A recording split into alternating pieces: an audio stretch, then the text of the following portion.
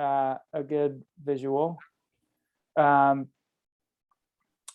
all right, so now we're recording, so we have to be serious. I can't curse on this thing, can I? It's been amazing how clean it stayed. Like normally I have a potty mouth, and I think a big part of it was Ethan was an early guest. I don't know how Allery and I got away with that. Like normally we are just the F-bomb machine when we talk to each other, but we got away with it somehow. And then I'm always like, I'm on my best behavior around Ethan, really. So he was an early guest, and I was like, all right, got to be serious when Ethan's around. He's like a legit dude. So not that you're not, but he warmed me up to I think I'll blame it on him. Anyhow, so you grew up right in the area of Cork, but your home club is Monkstown Bay, right? Yeah, that's right. So Cork Harbour is a big harbour, so it's big enough to have multiple clubs, multiple race courses dotted all over the place. Cork, the Royal Cork is the more famous one, but I grew up 5 minutes from Monkstown Bay Sailing Club. If you looked out the kitchen window of my house, you looked at Monkstown Bay. Awesome. When I was learning to sail, my mother would, look out and see me sailing around and would know what time I'd be home by, the time that I disappeared behind the tree out of the dinghy park. Yeah. So yeah, I mean, Cork Harbour is, I think it claims to be the second biggest natural harbour in the world. So okay. It's got a lot of water in there. Yeah. And we grew up, with multiple clubs. When the sailing season was going, every weekend, one of the clubs was running a regatta, mixed racing, handicap racing, so lots of different fleets. And that was our summer. A lot of those regattas would have involved racing around the harbor, nav marks, going around islands, that sort of thing, going up through narrow sections, and generally the finish line was decided by wherever there was a pub within 100 meters. So, it was good fun. You'd do the race, you'd race around the harbor. It was competitive, but it was always good fun. And then you'd go have a half dozen pints of beer, and then get a tow home before it got dark. So it was all good stuff. So what boats did you sail after you started in Optimists? Actually, I never sailed Opties. So they didn't give you the pints when you were sailing Opties? Come on. Pints of cordial. I sailed mirrors. So mirrors are big junior class in the UK, and they were pretty big in Ireland. I think they were big Australia, South Africa, a couple of other places. Well, they were big wherever it was that Holt grew up, because that was the first boat he sailed too. Oh, really? Yeah. He sailed on his parents' big boat, and he had a mirror. They were awesome. I mean, they're 11 feet long, 2-person. They had a spinnaker. Yep. They're pram bow, so they were slow, but they were great. And there was probably 50 mirrors on Cork Harbour. That's awesome. It was competitive. And then you'd go to the Irish Nationals, and there'd be 140. Holy crap. So was that like the everybody, all the yacht clubs had them? That was like yeah, it was kind of the go-to boat when you were learning. Right. And it's the worst possible boat to learn to sail in, because when two of them touch each other, you do 500 euros worth of damage. It's just nice. plywood. Nice. And they were, I think they were probably the most popular boat in Ireland for the juniors, but then we had 420s, plenty of lasers, 4.7s, things like that. But you're a kid. I'm a kid. You're a puppy. If you had anything like a 4.7 when you were young. I never had one, but a lot of my friends did. Monkstown had a good 4.7 fleet. I stuck with the mirrors just because there was a bigger local mirror fleet than a local laser fleet. Yep. and you could go to the nationals, like I said, and race 140 other boats. It was, Yeah. it was awesome. And was it like a junior program that you would, you know, recognize from seeing one in America, or was it, you know, like club and instructors and tons of kids? It was, yeah, I mean, we ran the ISA courses. You know, it was the three, it was first, second, and third stage. Kids would start at, you know, 9 or 10, Mm-hmm. and you'd work your way through. And it was, you know, once I was old enough, we were involved in the sailing course in Monkstown Mm-hmm. every summer. As soon as we were old enough, we were teaching. And also out of Cork, out of the Royal Cork as well. There was plenty of teaching happening there. The courses, everything was a little bigger in the Royal Cork. It's kind of the more famous club in the harbour. Mm-hmm. But you know, Monkstown was on my doorstep, and it was a lot of fun. I could work on my boat at home, and then just walk down the road with my boat. Nice. And you know, just put it in the water and go sailing. So That's fantastic. So were the mirrors, like I grew up sailing Blue Jays, where which is sort of like a small Lightning, not anywhere cool as a Lightning. And there are those who will say, "Why are you calling Lightnings cool?" We're listening to this, but I think they're cool. And they were all like older than dirt. Like my first boat when I was a kid was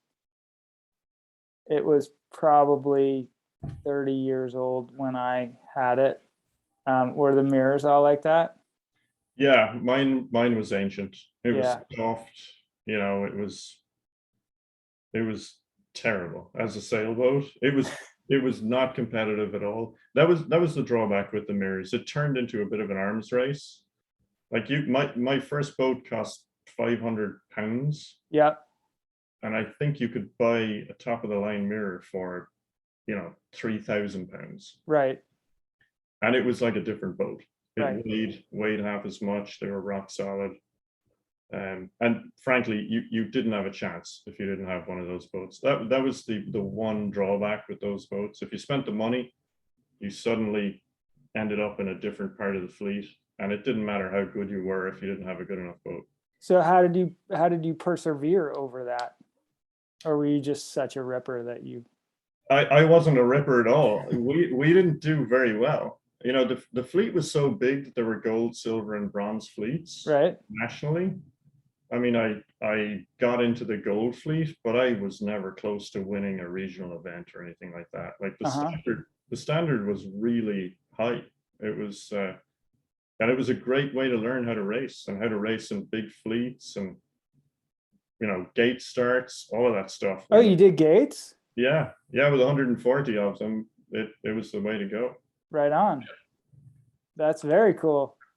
So what did you sail when you were done with mirrors? I jumped out of the mirror. I sailed. I bought a B14.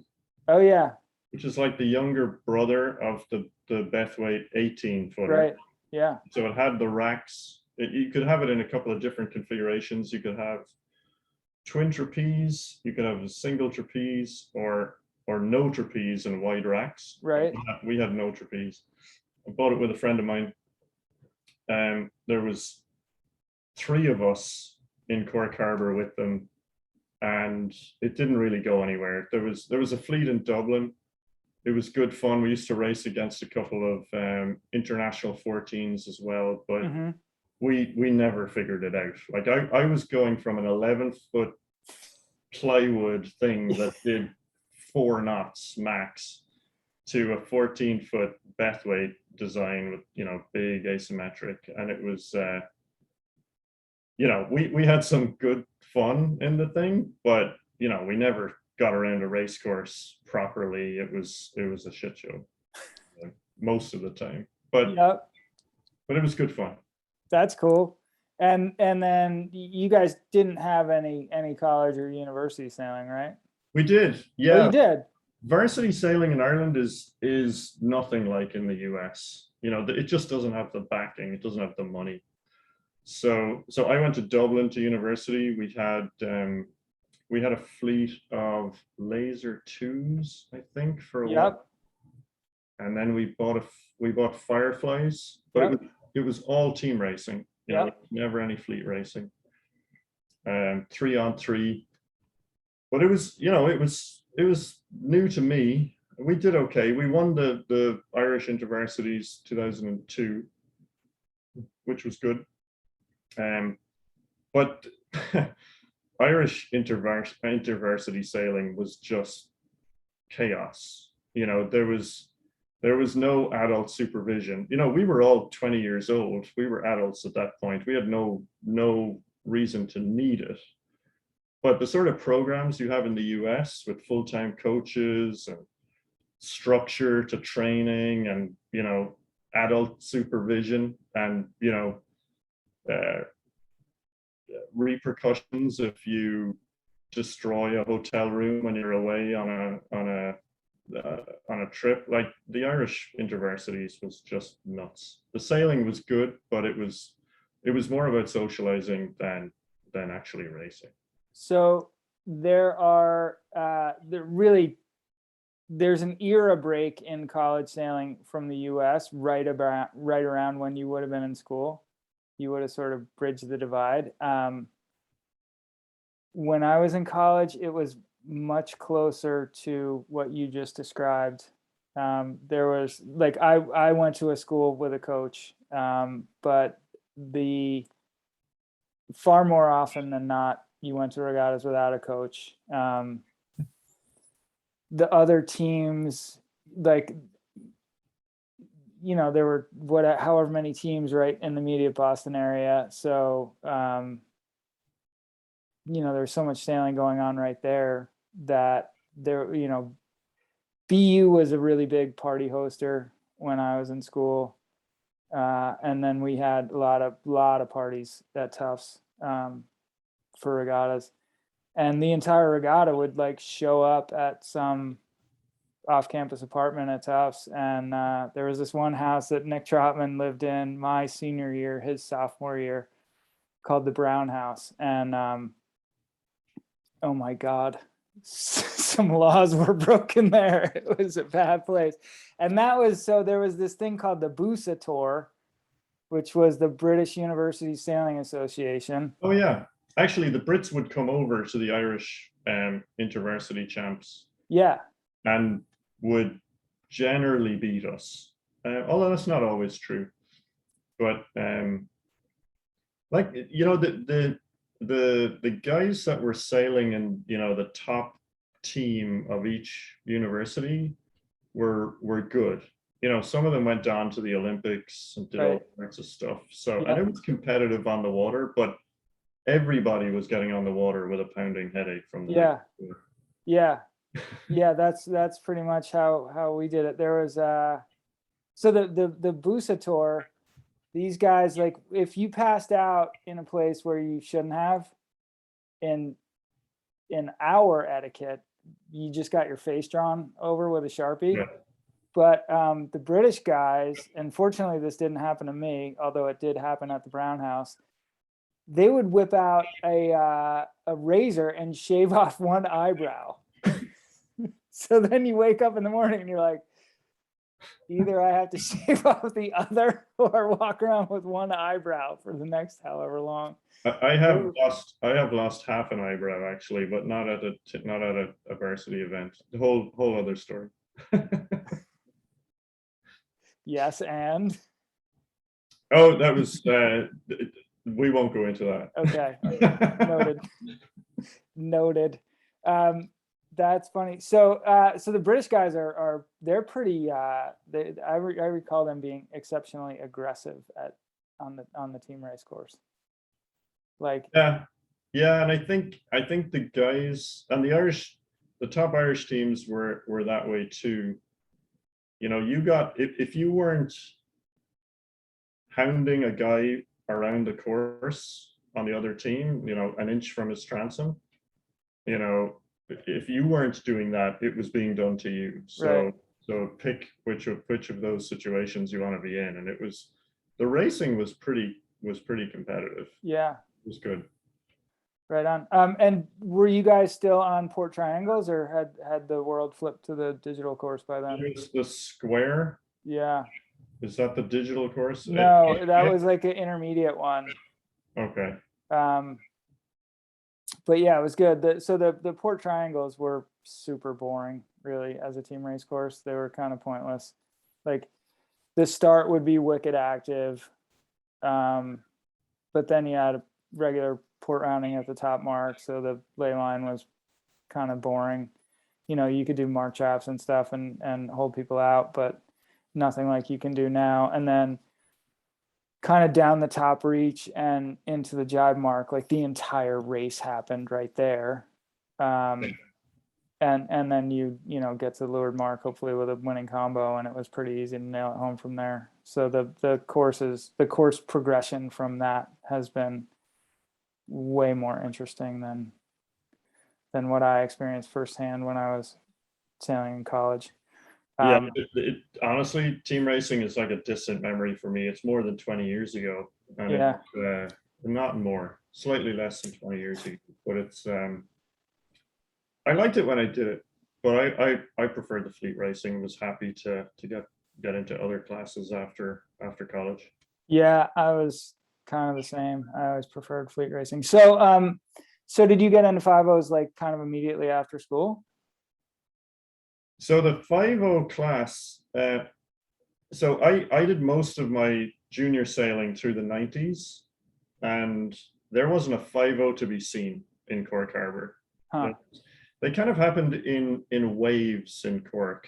Like the Worlds have been in Cork 3 times, but I think there's been big gaps in the local fleet sort of between those Worlds. So in the late 80s and all through the 90s, there were no 5.0s at all. The only 5.0 I ever saw was one that was upside down in the driveway of a neighbor's house. And I knew of 5.0s because my parents actually sailed together on one. Really? Before they were married, my mother crewed for my dad. And I think for the good of their marriage, they decided to not sail together after they got married. Sure. But they always talked about, these boats that had been popular, prior, but didn't exist in Cork Harbour anymore. And then around 2000, there was a group of about 4 or 5 guys got together, decided to bring in some 5.0s from the UK. They were all based in Monkstown, so they brought all these boats into Monkstown Bay, and showed us what a 5.0 was, and they decided to go to the Worlds in 2001 in Portugal, and these guys knew they weren't going to break any records, right? They didn't have the latest technology. Their boats were kind of old, but they wanted to give it a go, and they went to Portugal. I think they finished in the bottom half. They kind of propped up the overall standings, but were there to enjoy themselves and experience the Worlds, and sort of made names for themselves. One of them tells a story about getting funny looks in the dinghy park when he was repairing the self bailer on his boat with a concrete block. So yeah, that's what you're dealing with. They are an awesome bunch of guys, but they were there to enjoy themselves, experience the Worlds, and they knew they weren't going to be super competitive. But they sort of introduced themselves to the 5.0 fleet, and I think made a lot of friends with the Brits particularly. And then ever since then, right after 2001, the Brits started coming to Monkstown to do the Irish Nationals. We kind of restarted the Irish 505 Nationals in Monkstown. The Brits, Ian Pennell would come over, a bunch of good guys, and would just annihilate the local fleet. A world-class guy against a bunch of club racers. But the Brits came over to have some fun and enjoy the local club. It was a bit of a booze up, and it was Actually, now that I think of it, I think a guy from California happened to be in Ireland during that weekend and jumped into a 505 and did the Irish Nationals. His name will come to me. It was probably Mike something, No, it was just sort of statistically. I'll think of the name later. But so I think he did a good write-up actually in Tank Talk in 2001 or 2002, something like that, about his trip to Monkstown Bay, where he just, drank way too much and met a bunch of fun 505 sailors. Well, that's awesome. And so you saw the Tank Talk that Macy I did. sent out today. So my email is funny. I have way too many email addresses in my life, but I have two 50 addresses, one of which is me, Dave at 50, and the other is the webmaster address. And like, I don't know which one I'm sending anything from. So I email Macy from the webmaster one. And I'm like, that Tank Talk was unbelievable. Like, how many more do you have? And he says, I pretty much have all of them. And who is this? Oh, that's funny. So I'll have to get that one from him because I'm pretty sure that he has it. But for those who haven't been on the email list and everything, Macy Nelson sent us a copy of the Tank Talk issue, which had the report from the 1982 Worlds, which were the last ones in Cork, right? That Yeah, was the last time. 40 So years ago, next year. if I can not suck at technology here, I'm going to share screen and show that. First of all, I mean, just the whole reading through this Tank Talk thing is it's awesome. It's wonderful. So this is Gary Knapp and Cam Lewis who won that event. It looks like Ireland in the background. I presume that picture was taken at the Worlds. I would guess so, yeah, right? You would know far better than I would. But so there was also a video that got sent around of the whole thing. And it's actually a pretty amazing video for as long ago as it was. Really neat. But yeah, this boat, these guys had a Kevlar jib, paneled Kevlar jib, and a Dacron main. They're using hood sails, which would have been Ethan was at hood at that time. And Ethan had won the Worlds in this boat with Cam the year before in San Francisco. I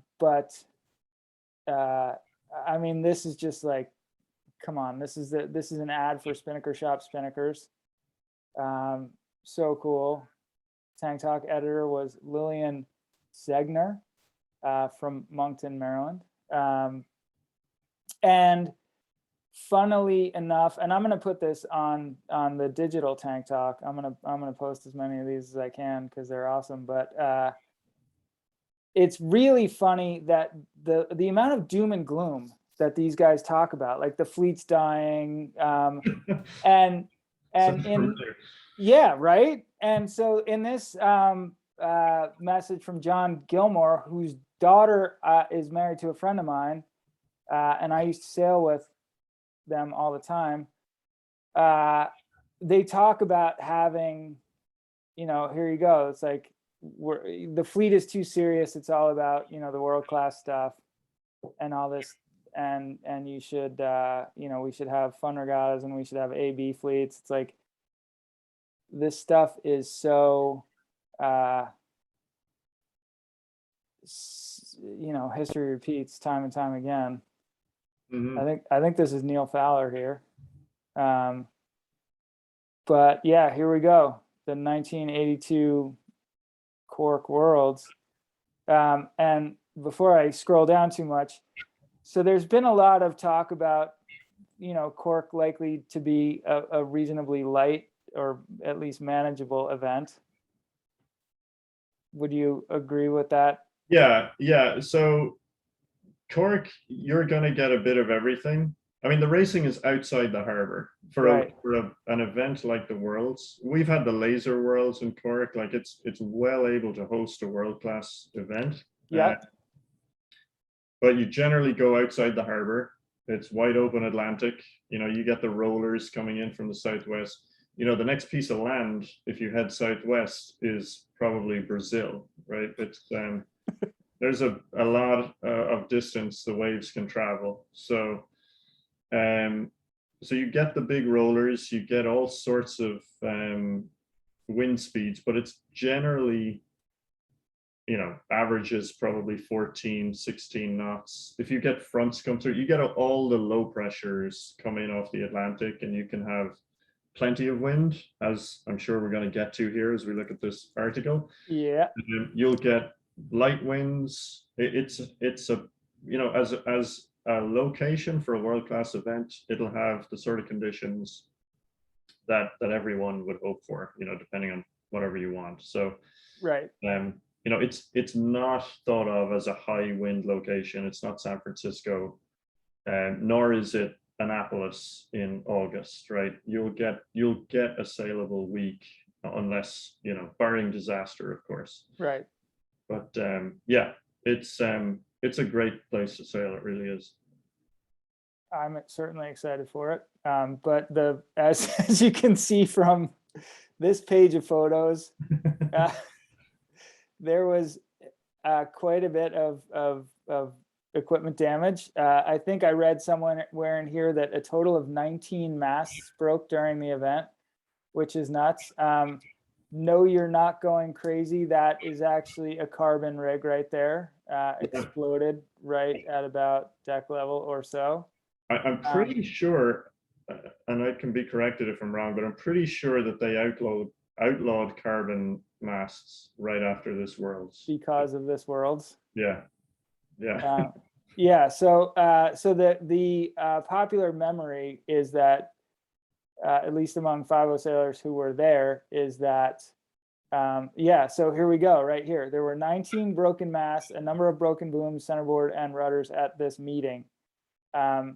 So the collective memory of the 5.0 class still extant from that Worlds is that, like, Cork is a windy place.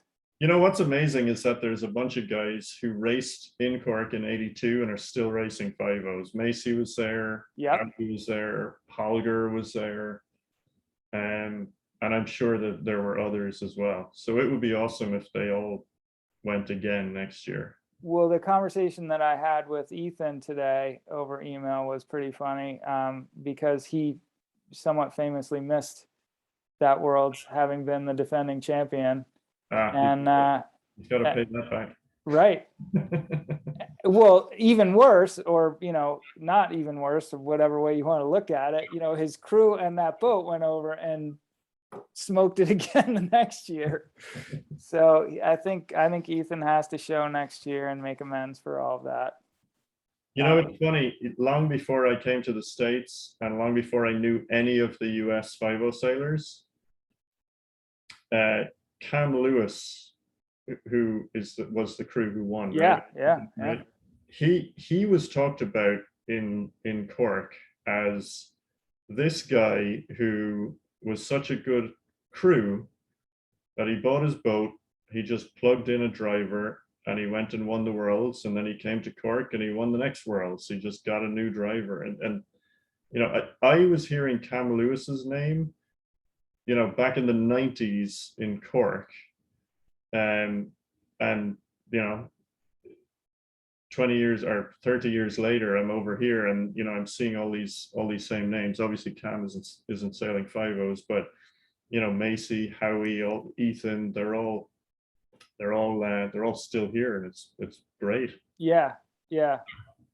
It's exceptional that, you know, and those guys weren't teenager. I mean, they were close. They weren't, you know, little kids when they went over there. So it's really cool. But so back to you. So these guys come over and they bring some boats, and then you got a fleet there, and you go back home.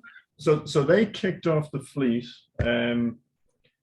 And the Brits would come over, and the British boats were, world-class boats. We would look at them and we're drooling over these things. We couldn't afford anything like them, but we started to see what a 5.0 was supposed to look like, and what a 5.0 was supposed to look like when it was sailed properly. Right.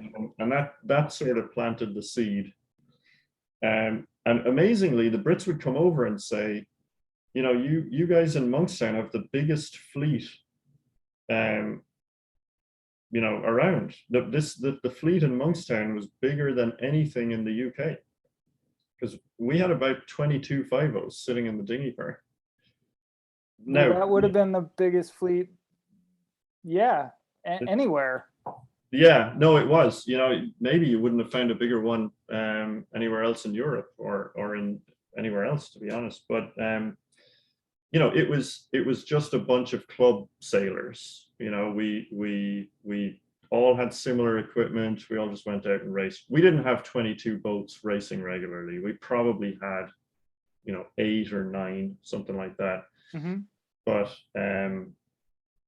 But yeah, it was it opened my eyes to the fact that there are all of these guys racing boats like 5.0s, and all they do is race regattas. And for me, regattas were probably less than half of my sailing. The rest of the time, I was just putting my boat in the water and going out for a sail. Right. And it's funny, all these years later, here I am, and all I do is regattas now. And it's not a lot of those. John and I probably do 16, 18 days on the water a year. It's terrible. Yeah. And I don't get in a 5.0 anymore without first driving for 4.5 hours. Well, the Saratoga fleet is not the world's largest at this point. No, it's not. I joined the Lake Saratoga Yacht Club. I sailed once, and I canceled my membership. It was honestly, I had paid the joining fee and everything. It was like, this is a complete waste of time. I'm not going to sail in Saratoga. I'd rather drive for 4 hours and go to Newport. Well, if there are any members of the flag officers or whoever of the Saratoga Yacht Club who hear this, I apologize. Yeah, yeah, well, but let me pile on. Having said that, I once had to do a whatever the U.S. like laser single-handed U.S. sailing thing, the O-Day trophy, I think it's called. And the qualifier for that for our area was at Saratoga Lake. And, if you wanted to get anywhere, you roll tacked, and then you got around the top mark. And if you wanted to get anywhere, you roll jibed. And that sounds about right. Yeah, it was not a heavy air, but we went to see the trotters, and that was really fun. There you go. Saratoga, don't get me wrong, is an awesome place to live. Just don't come here for the sailing. Yeah. Well, take the good with the bad. So then, between your initial 5.0 experience in Monkstown and now you're in Saratoga, so there, bring us up to speed on what was between. So, well, to go back to Monkstown for a little bit, I was borrowing 5.0s for a while, like 2002, 2003, and then I took off. I went traveling. I did the typical Irish thing of, buying a round the world ticket, and we just went and spent time all over the place. And I didn't come back to Ireland until 2006, summer of 2006, and I bought and hadn't done a whole lot of sailing that whole time in dinghies. I'd done a lot of big boat sailing. Is that when you were working on yachts, or? Yeah. So spent 2.5 years working on a 40-meter sailboat as the engineer. So did that and did less sailing when I lived and worked on a yacht than I did when I lived at home in Monkstown. Of course, yeah. It was terrible. All I wanted to do was have a 5.05, and there I was on a 122-foot sailboat. Yeah. So once I packed in that whole thing and got a normal job, I bought a 5.0 in 2007, sailed it out of Monkstown. There was kind of a real push in Monkstown to sort of improve the level that we were racing at. And we had, we decided to go to the British Nationals more. Went to the Worlds in 2008 in Palermo, which was a really light Worlds. It was not great, but 2007, 2008, we started to have boats that were able to be more competitive. We still hadn't figured out how to, sail a 5.0 at a world-class level or anything, but, we were making more of an effort. So I did that. I raced 2007, 8, and 9, and then I did the Euros in 2009, and then I came to the States, sold my 5.0, came to the States and didn't sail a 5.0 for 5 years. Went to grad school, did that whole thing, got married, had our first daughter, and in 2015 I decided to buy a boat, and that's the boat I have today. Right. 8987. Awesome. So who did you, what boat did you own in Ireland? What was that? I had 8514, which was a Rondar. Yeah. It was the first carbon Rondar. The first carbon Rondar? Yeah, the first one out of the mold. Okay. And that, so anything after 8508, I think, is the current Rondar shape. It's the same shape as yours and right. mine. Yeah. So 8514 was a good hull shape. It was built for a Swedish guy who wanted the first carbon boat. Yeah. And they popped it out of the mold, and I think the release agent or something had made the carbon look green, and he didn't like it, so they built him another one, and they painted my boat. I don't know what color it was. I think originally it was blue, and it was the first carbon Rondar. Huh. And it was great. I was racing it when it was 15 years old in 2007, and it was still carrying a bunch of weight, and it was as solid as anything. Nice. And the only reason it didn't do well was, the people in it, not the equipment. My boat has the same problem. But we did a bunch of work to it. I put in a water rat foil. Actually, my big mistake was that I put in a 432, and I took it to Palermo, and it was never more than 7 knots. Oh my, that must have been, yeah. So it was terrible. We finished in the middle of the fleet. We were like smack in the middle of the fleet, but I mean, that's a pretty good, having seen people try to make 5.0s go fast with 430s in light air. You put that on your resume that you were able to finish that well. If I had my time over, I would have put a much bigger board in. I just would have put the regular water rat board in, and I think everything would have been better. We couldn't get the boat going. I didn't know what was wrong. I didn't understand that the board was the issue. Yeah. Well, you've had your go-rounds with water rat blades. I mean, now you stocked up on them now. Oh yeah, that problem is solved. That problem. Oh, you got it. You sold it. So I gave it to Zani, and he gave me 2 spinnakers. So we're okay. We're done. Did you get SAP spinnakers? Nope. You're not fancy people now? They are not. They're no logos, nothing. All right. So that worked out. So who did you buy your current boat from? It was belonged to a guy called Ryan Stasko, who had bought it from Dave Chatham. Oh, okay. I remember Dave. Dave had bought it brand new for San Francisco in 2009. Yeah. And sold it to Ryan right after the Worlds, I think, or not long after the Worlds. Yeah. So I think it had like 20 days of sailing on it when Ryan got it. And then, no, it was probably 15 of those were in San Francisco. Yeah, so it was like 12 years old. Right.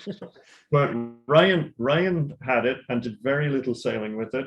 And it spent from 2009 until 2015, it sat in a heated aircraft hangar. It was perfect. Awesome. So when it was on the market, I said, this is the boat for me. It's basically brand new. And it was the European rig, it was a Holger boat. Mm-hmm. It was still all the original Holger stuff pretty much. Yep. And having had my ass handed to me so often by the the European setup, I thought, that's what I want to have. Even if I'm in the US and I'm racing against all the US, boats, Right. I'd be the oddball and stick with the Holger stuff. And I feel like I got a brand new boat in 2015, and it's been awesome ever since. Nice. I mean, having sailed on that boat, it works pretty well. Still works, although right now it's in pieces.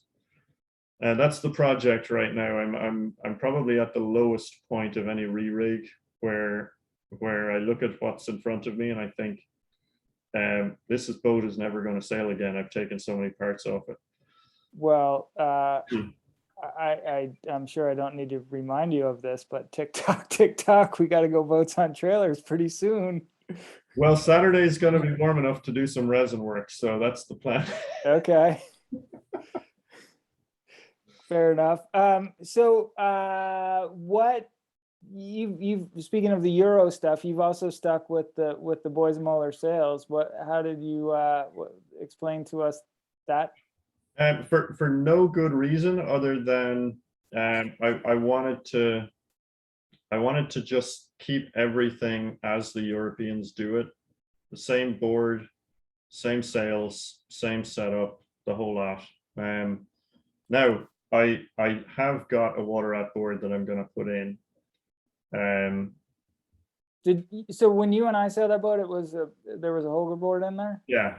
Okay. Yeah, I've only ever sailed that boat with a Holger board, but I have a water rat 480. And as you know, John is tiny. Yeah, he's a small crew. Like I'm your big crew that you've had. Yeah, exactly.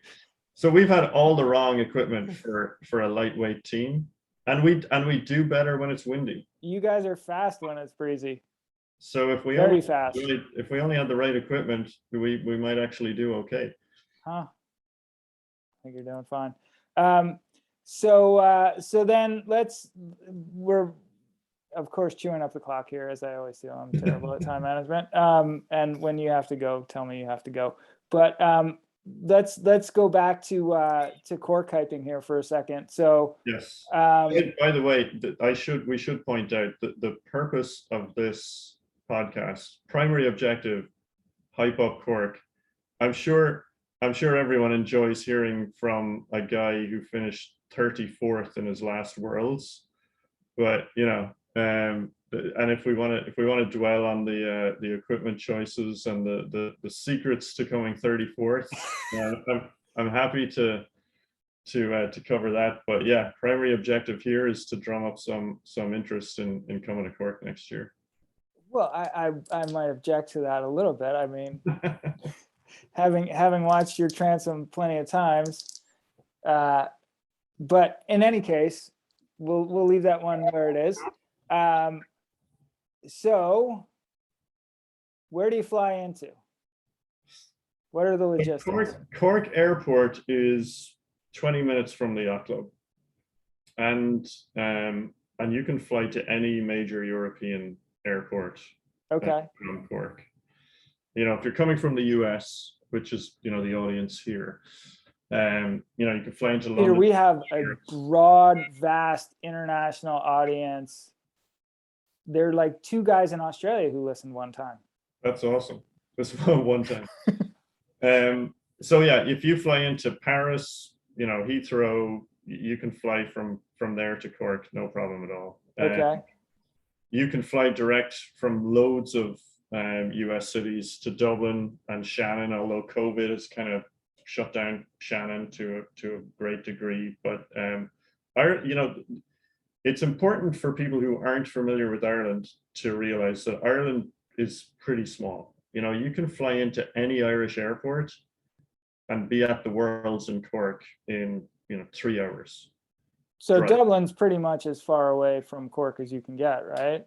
Well, Almost. if you go further north, you're up to Belfast, which is also an option, right? If you can fly into Belfast, that Yep. you 5 hour drive from Belfast to Cork, pretty much. And do you have to do a border crossing proper at Belfast now? No, it's well, last time I checked, they haven't changed the rules. Okay. But yeah, you can fly into Dublin, Shannon. Those are the obvious ones that you'll fly into.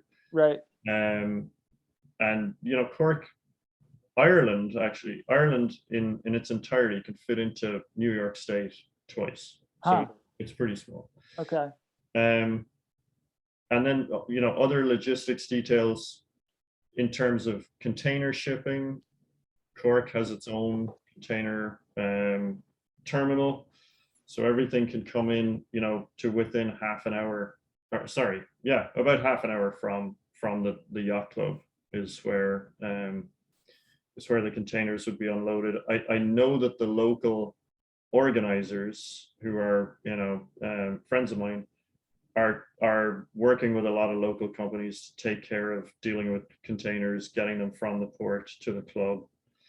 And for a great source of information, the organizers have a lot of information on royalcork.com. They've got a whole presentation there. They've got a bunch of information. So yeah, it's quite good. So more selfishly here, so the loose plan that my girlfriend and I have is to fly into Dublin or to arrive in Dublin, and then just sort of like maybe on the Saturday before, because I think Pre-World starts on Wednesday, and spend a couple of days kind of leisurely making our way down before we have to rig and get ready for Pre-Worlds probably on Tuesday. So if you have fly in on Saturday and you're all wrecked from, I guess, yeah, flying east is always harder. So you're all wrecked from that, and then so maybe you're actually a human being on Sunday, and then you have, call it Sunday, Monday, and some of Tuesday to see stuff. Like, what's our itinerary? What do we got to do? Well, it depends what you're looking for. Dublin City as a destination, it's a big city by Irish standards. It's a very small city by world standards, but there's loads to do there. And, you could easily chew through 3 or 4 days in Dublin, or you might be looking for the kind of picture postcard, rural west of Ireland, cliffs and ocean sort of stuff, cottages and stone walls. That's all out west. If you drive 2 hours from Dublin Airport, you're in Galway. That's a smaller city, much more quaint. It's sort of the gateway to the postcard Ireland sort of scene. Okay.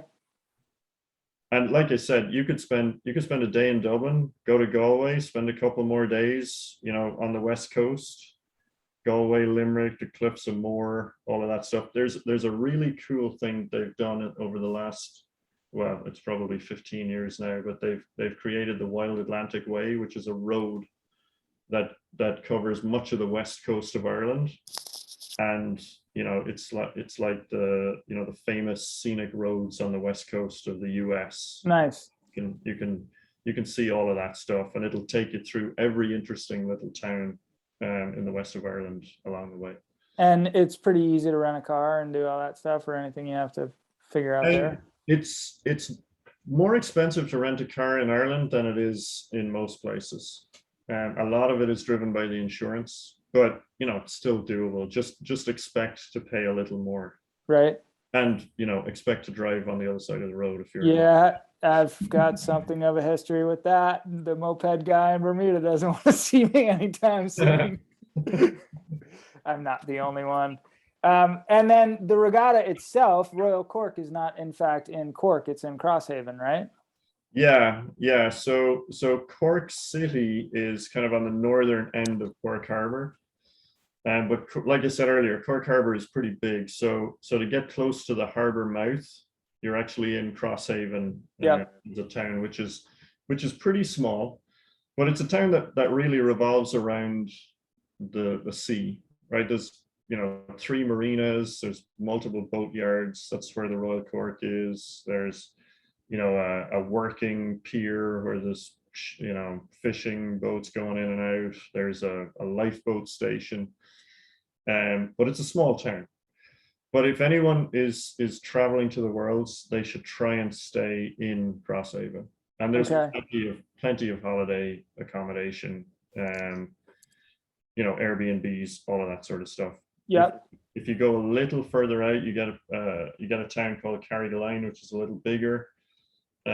Hotels there, and I'm sure there's more Airbnbs available there, and that's probably 10-minute drive to Crosshaven. Okay. But if you stay in Crosshaven generally, are you kind of looking at being within walking distance to the club and stuff? Yeah. All Exactly. right. That's cool. So one of the things I'm sort of trying to get my head around right now is like, what do you wear? How cold is it? In August in Cork, you might be wearing a shorty and be pretty warm. Oh, really? But don't count on it. You should plan on wearing a full wetsuit. Okay. Because some days you're going to need it, for sure. I mean, the average air temperature that time of year is 65 Fahrenheit. Okay. But we got heat waves all the time in Cork where it could be in the 90s for weeks on end. It's been happening more and more in recent years. So, right. That isn't that it's not impossible for that to happen. But you could get a few cold fronts and it could be pretty chilly. Right. And the water is pretty chilly overall, right? Like you're sailing in the Atlantic. Yeah. Well, the average water temperature, it benefits from the Gulf Stream. So the water isn't that much colder than the air. Okay. It's in the 60s. All right. So we're not going to be like right where, you always see those pictures of the lone palm tree in Ireland. We're not there, right? The lone palm tree in Ireland. I don't know. There's like some picture that you always see, and it's like, oh yeah, it's because of the Gulf Stream. They have a palm tree there. That happens. No, that's not made up. In fact, I have an aunt who lives right on the coast near Crosshaven, and she's got trees. You would not think that they'd be supposed to grow there. Your aunt, the coconut farmer. Right, exactly. So it's the Gulf Stream does have an impact, and it's warmer. It's warmer than you would think. The water. All right. Yep. So if your significant other or somebody like that comes over and they don't want to spend all day on the water, what should their itinerary look like? Well, if they don't want to spend time watching the racing, there's I mean, why wouldn't you? But and I'm sure there's going to be no shortage of boats, local boats that are going to be out there, and we can get people on boats to watch the racing if that's what they want. If they don't want to do that, there's plenty of other harbor stuff to do. Like there's harbor tours. We've got our very own Alcatraz. Oh, really? There's an island, Spike Island, right in the middle of the harbor that has a prison on it, and they do tours of that. Done any time? There's a lot of there's a lot of history there. Cove is a big town that's on Great Island, right in the middle of the harbor. Cove is the last stop of the Titanic before it headed across the Atlantic. Huh. There's a whole Titanic, museum and various other things. So that's a good spot to go. There's a decent zoo further up, also on the water, but further up towards the city. Cork City as a destination, there's a lot to do. It was back in 2003, I think it was the European Capital of Culture, 2005 maybe. Okay. So is Cork like known for shipping and maritime stuff, or does it have? Yeah. And it's kind of an interesting arrangement. The river comes down from the west. It splits in two, and the city of Cork has an island in the middle. Okay. And has sort of There's a lot of bridges. It sort of revolves around the river. The river floods occasionally, so there's that. But it best to stay out of there when the streets are under 2 feet of water.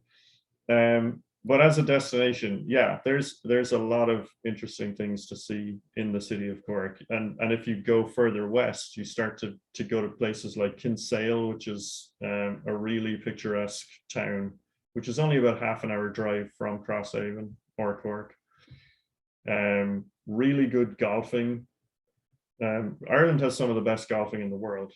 It's not cheap, but there's plenty of it. Yeah. And as you go west from Cork, you start to, Cork County is really big. The western part of the county is, a lot of beaches. Everything revolves around the sea. And a lot of nice little towns. There's whale watching, all of that sort of thing. Awesome. Cool. And how's the local fleet right now? 5-0 fleet? Yeah. It is, that little resurgence that happened, I was talking about in like 2008, that kind of died away. A lot of the people who were driving it, life got in the way. They were getting married and starting businesses, and I left for the States, and it just kind of died away. So the local fleet in Cork is probably 5 boats in Monkstown. Nothing in the Royal Cork. But I think, the 22 boats that were there years ago, most of them are probably still there. There's probably 15 5-0s sitting in Cork that, 12 of them will probably get put back together for the Worlds. That's cool. But there's also a bunch of people have spent some money and brought, good quality boats in from Europe, and, are going to have a serious crack at competing. So, some of those guys are very competitive in other classes. So we'll, I think optimistically, we might have 20 local boats. That would be great. More realistically, it might be, 12 or 15. But, for a venue, it'll be interesting to see how it plays out in August next year, because I think there's a lot of pent up demand for Worlds, right? I counted 44 months from the last Worlds to August, because that sounds plausible. Yeah, we missed 2, and Fremantle was so early in the year, right? So everyone's crying out to do a Worlds, and I think Ireland as a destination, I hope we'll get a lot more interest from the French fleet than normal. The French fleet don't travel. Right. If you have the Worlds in France, you have 188 boats like La Rochelle. But if you have the Worlds across the border in Germany, you'll barely have 2 French boats at it. And there'll have been 100 French boats at the French Worlds. Right. So I don't know, maybe the French would be more interested in traveling to Ireland. I think the Brits will all be delighted to travel, the Germans. So I think we have the makings of a really big event. So you think it's going to go like 120 or something like that? I hope it's going to be 150. Nice. But maybe I'm optimistic. 8-minute gate. Yeah, exactly. And one thing you can be confident in is that the club will run a world-class event. 150 boats.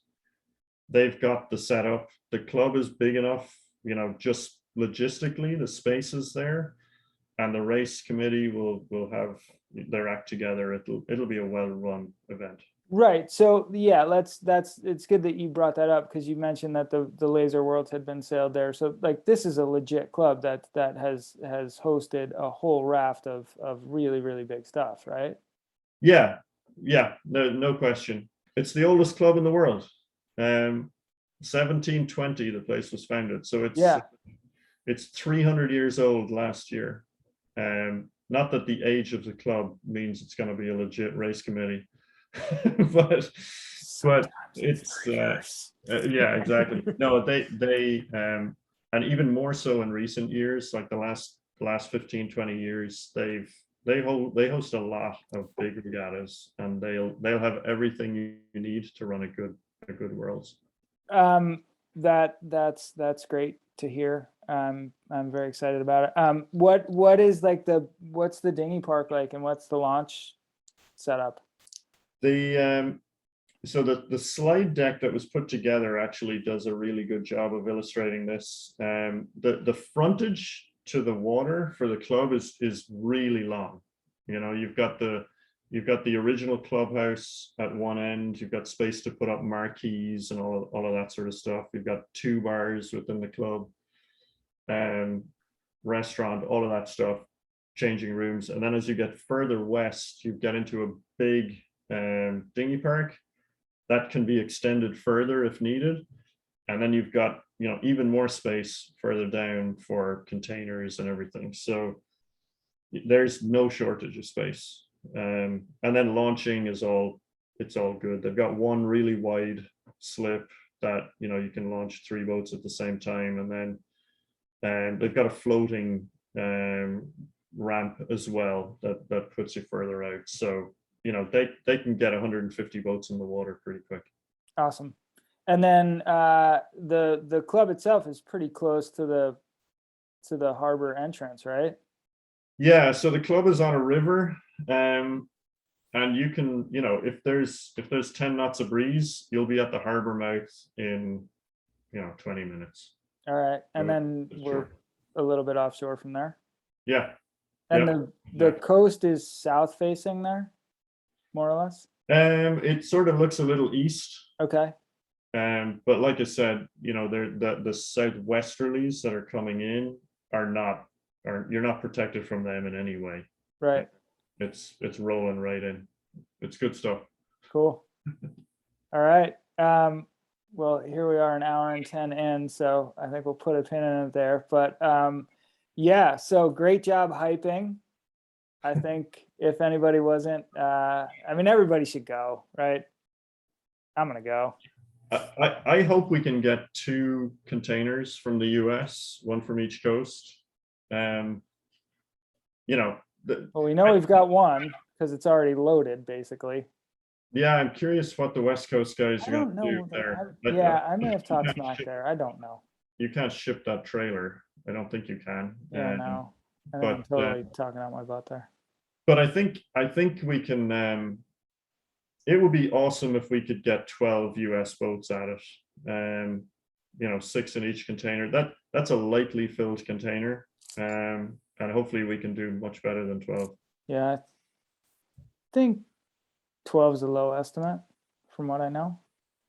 Yeah, I don't know. we got to work on the East Coast guys a little more. Yeah, there's a lot of maybes and I don't know, but we'll get them. We'll wrangle them. Cool. So I had dinner with my mom tonight, and she was very, very excited that we were going to do this. So she says hi, and you're of course welcome to stay with her whenever you need to.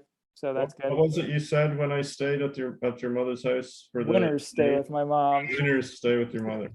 Well, you know, it worked She out. kicked me out because I wasn't winning enough. You know, she's like, you gotta go away. Winners stay under this roof. Cool. Well, we'll see you once you get your boat back together, because we have a trailer to load. That's right. Yeah, the clock is ticking, as you said. We got my boat back together. I'm doing some interesting things with that. Hopefully that all works, and I've got a saleable boat. Well, mine's in the garage if you decide you need it. That can be the safety net. Yeah, don't rely on that too much. Cool. All right. Well, everybody listening to this, register for North Americans, make plans for Worlds. I think Peter's done a wonderful job of singing the praises here and making a good case for why everybody ought to go to Cork. So do that. I'm very excited about it. It's certainly going to be the highlight of my year. And I'll talk to you soon. Sounds good. All right. Thanks for doing this. This was fun. Thanks for the invitation. I enjoyed it. All right. And we'll figure out trailer loading soon. Sounds good. All right. Take it easy. Bye.